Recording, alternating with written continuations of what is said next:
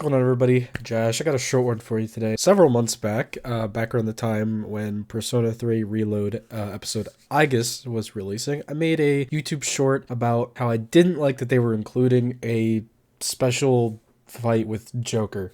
And that got some attention. Some people were like, oh, what do you have against Persona 5? Why are you so upset about Joker being in Persona 3 Reload?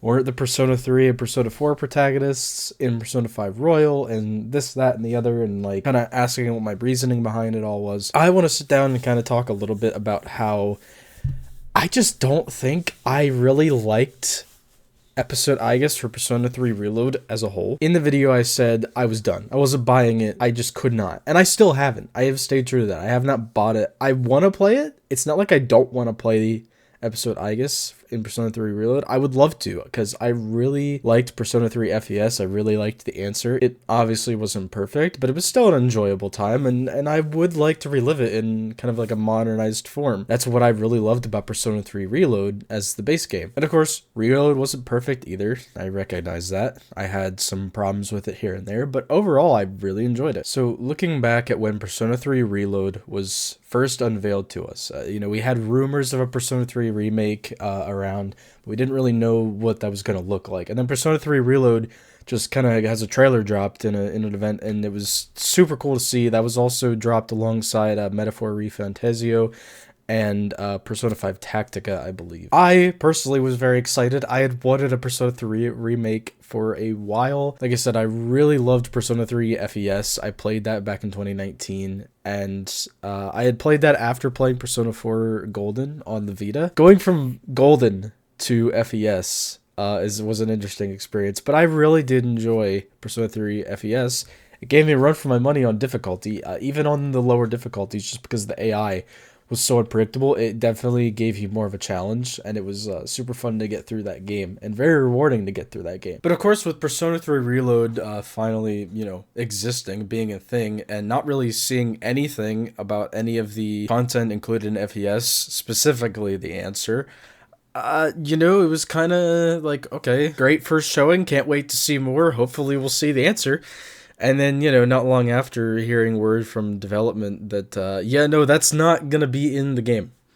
We're just not doing it. Until, again, not long after the game released, I believe it was, that we got leaks of, hey, guess what? The answer is getting released as paid DLC. Like, fantastic. Now, this didn't necessarily upset me. I was glad that we were going to get the answer, even just as paid DLC. I mean, if you think about it, back when Persona 3 FES came out, you were gonna pay full price for the game again, plus the answer. You know what I mean? So it was like, okay, so if the answer comes out and it's like a $20 DLC, like whatever, like that's, I feel like that was pretty fair price for the content you get in the answer. And I was like, that would be kind of neat. And that was just like my theory. It was like, oh, it's probably gonna be like a $20 DLC that just gets you the answer. But when the time came that we finally got our expansion, including the answer, aka episode Aigis for Persona 3 Reload, disappointment set in. The first major piece of this whole, like, why I just don't like what they did with the answer is not necessarily because they made a DLC. I don't think that was an issue, really. It would have been nice to have it included in the base game, of course, but I was prepared to buy the expansion pass for episode Aigis. But I think two things really set me off on doing that and not wanting to support this. Not wanting to support what Atlas did with episode Aigis. One was the fact that the special editions of Persona 3 Reload, especially like the highest tiers of it, like the Digital Deluxe and like the Aigis edition, which they were stated on the Steam page and all the other online marketplaces, and anywhere you could have bought those editions, they were stated that they would include all future downloadable content. Guess what they don't include? They don't include the expansion pass. They don't include everything that's like from the first expansion pass to episode Aigis, I believe. And maybe I'm wrong. Maybe it's just episode Aigis, but like if you're going to buy the highest tier of a game that they're going to offer, I'd expect I'm going to get all the content you're ever going to have. Like that, I feel like that should just be a standard for any of these games that have digital deluxe or physical deluxe editions, whatever. Collector's editions, I think, should do the same thing. Those editions that claim you get all future downloadable content do not include episode Aigis. They didn't. So that's the first thing. And I don't even think I even mentioned that back whenever I did the whole thing about Joker, because I was just more so upset about that at the moment. So that was the first thing that I was like, I really don't like this. I don't know if I want to support it. The second thing was Joker, and I know that some people are probably still going to be like, why don't you like Joker? What do you have against Persona 5? Let me clarify first and foremost that Persona 5 is my least favorite Persona game. It's a good game.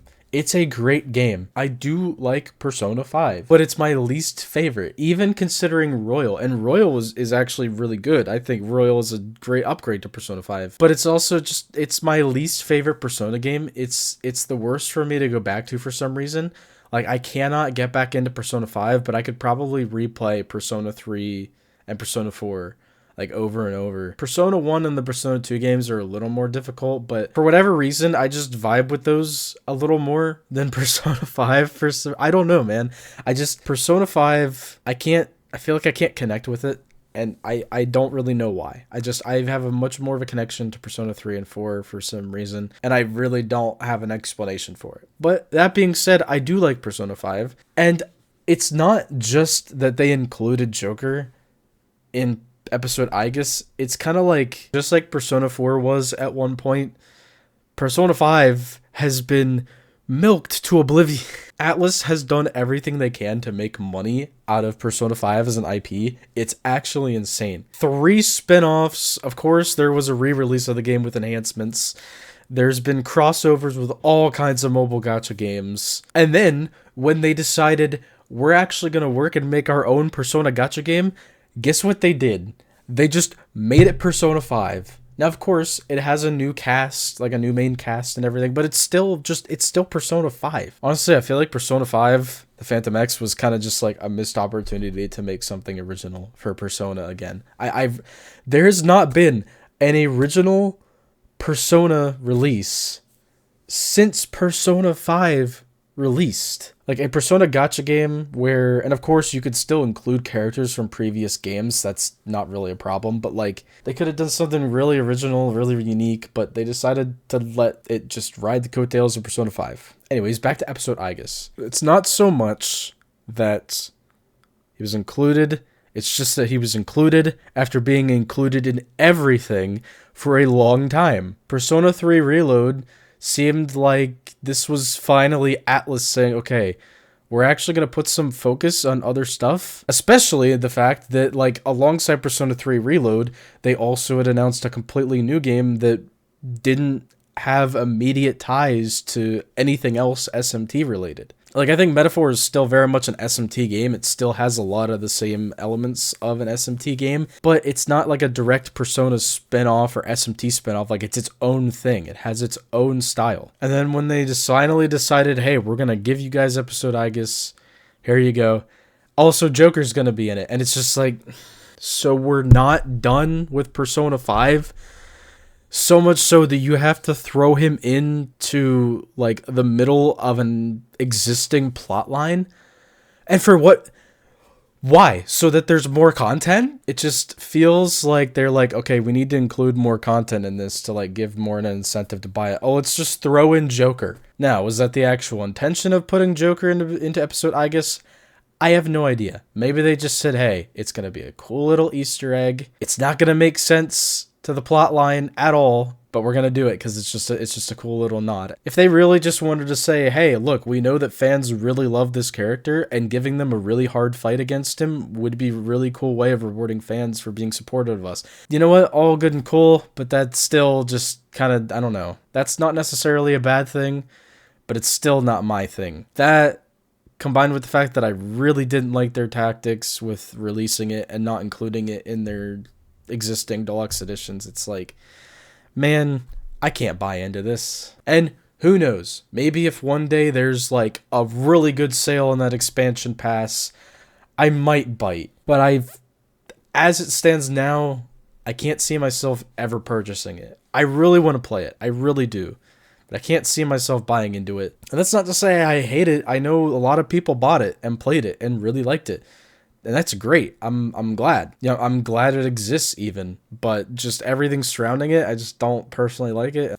Side note for all the people who have made comments about how like, oh, but what about the Persona 3 and 4 protagonists in Persona 5 Royal? Well, that was like optional side content that you didn't have to complete and was kind of just like a nod to previous games. Like that was something that they hadn't done in quite a bit, was actually include anything from Persona 3 and 4. It had just been like just Persona 5 for a while. So it was kind of cool for them to bring them back in some form. Is it a lot different than going into what seemed like a new era where we were kind of leaving Persona 5 behind for a little bit to be, you know, come its own piece of Persona that wasn't just the only thing happening. And then they just brought him into the very end of Persona 3 for some reason. So my problem isn't necessarily that like it's Joker, it's just that the implementation of it just felt kind of lazy to me. I feel like there are much better ways they could have included more content into episode Aigis than just throwing in a really hard Joker fight. But, so yeah, I really don't have much else to say. I kind of just decided, hey, I should probably make this video. I kind of have an obligation to since I said I would. Wow, like 5 months ago, if my memory serves me correct. So there you go. There's your explanation to all the people who called me out and said I was ridiculous and said I was a Joker hater and this, that, and the other thing. To be frank, it wasn't a lot of people, but it was enough.